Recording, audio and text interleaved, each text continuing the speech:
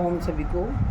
अब मैं बताती हूँ जिन लोगों को खांसी जुकाम ज़्यादा होते हैं, तो ये जो हमारा थायराइड वाला पॉइंट है ना, ये इसको दबा दें।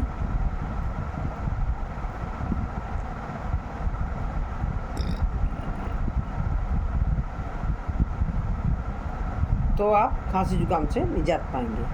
थायराइड के लिए भी है, गले का सारा पॉइंट है यहाँ पर, गले के पार्ट्स हैं यहाँ पर, इसलिए ओम